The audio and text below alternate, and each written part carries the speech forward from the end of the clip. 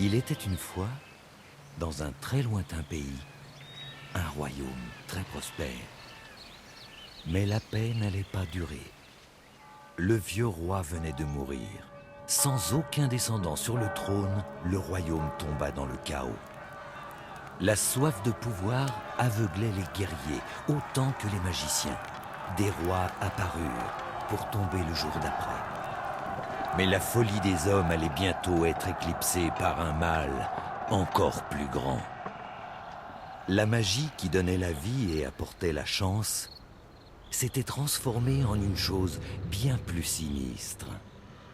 Un par un, une tombe après l'autre, les morts se réveillèrent, se nourrissant de cette énergie qui devenait de plus en plus forte chaque nouvelle nuit. La peur se répandit dans tout le royaume, qui fut rapidement abandonné. Mais quelque chose était sur le point de se produire et allait changer le cours de l'histoire. À la périphérie du royaume, près de l'Académie astrale, une voleuse était en train d'exécuter son plan sournois. Elle avait entendu parler d'un objet ancien d'une grande valeur.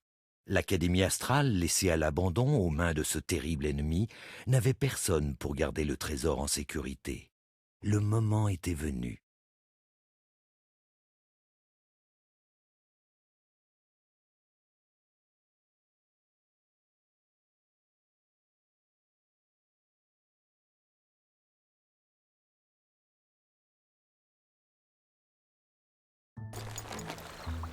Tout était parfait. Elle se dirigeait vers le château et obtiendrait très prochainement ce trésor qu'elle convoitait tant.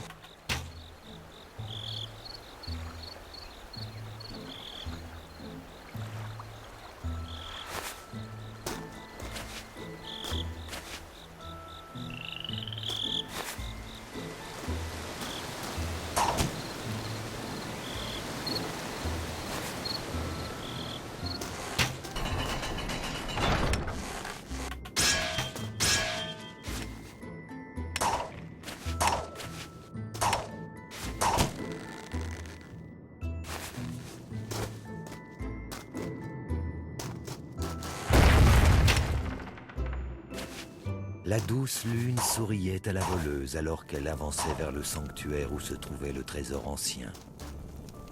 Étrangement, le sort qui protégeait le sanctuaire la laissa entrer indemne. Joli. Alors que la voleuse venait de mettre la main sur le trésor, elle ressentit un picotement. La voleuse allait bientôt découvrir que c'était plutôt le destin qui avait mis la main sur elle. À l'insu de la voleuse, un magicien venait de se réveiller. Le magicien avait regardé dans sa longue vue et remarqué la terrible armée de morts-vivants. Il n'était pas vraiment très enthousiaste à l'idée de mourir. Par mon chapeau, je dois m'échapper!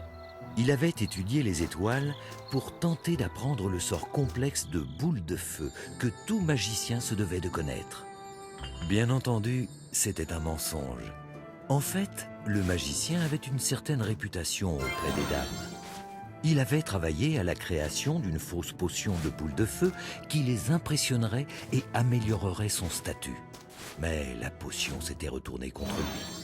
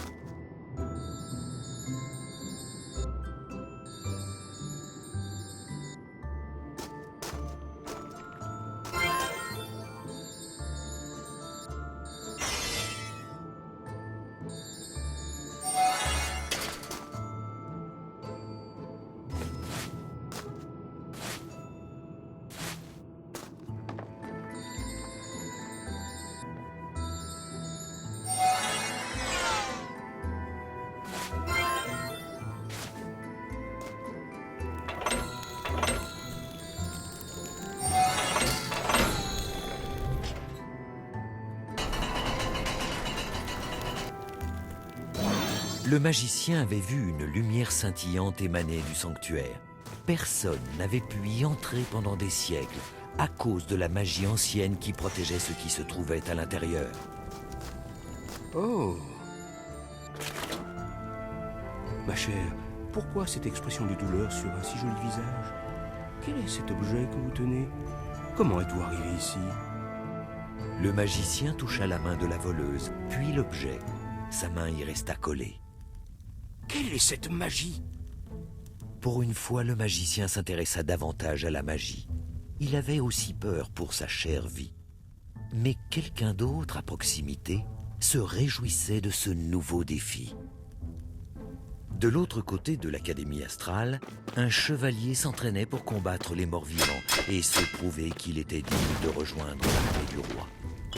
Entre vous et moi, il ne savait pas vraiment ce qu'était un mort-vivant, mais il allait prouver qu'il était le plus brave de tous les chevaliers.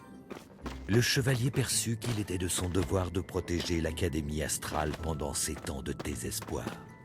Il était à la recherche de toutes choses inhabituelles.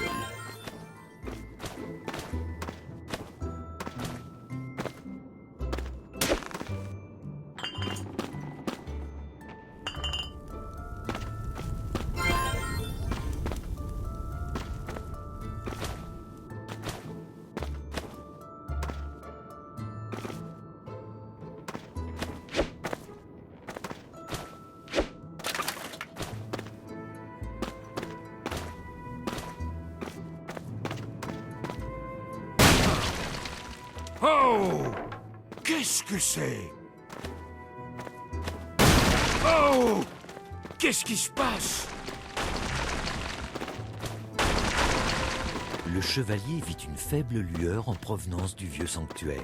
Était-ce un voleur? Était-ce son jour de gloire? Il s'était juré de protéger le sanctuaire et l'Académie. Rien ne pouvait lui barrer le chemin. Qu'est-ce qui se passe? Le chevalier les rejoignit et mit la main sur le troisième côté de l'objet, à la façon d'un puissant guerrier. Oh non, ce n'est pas de bon augure. Qu'est-ce qui n'est pas de bon augure? Il y eut un éclair de lumière, et le magicien, la voleuse et le chevalier disparurent.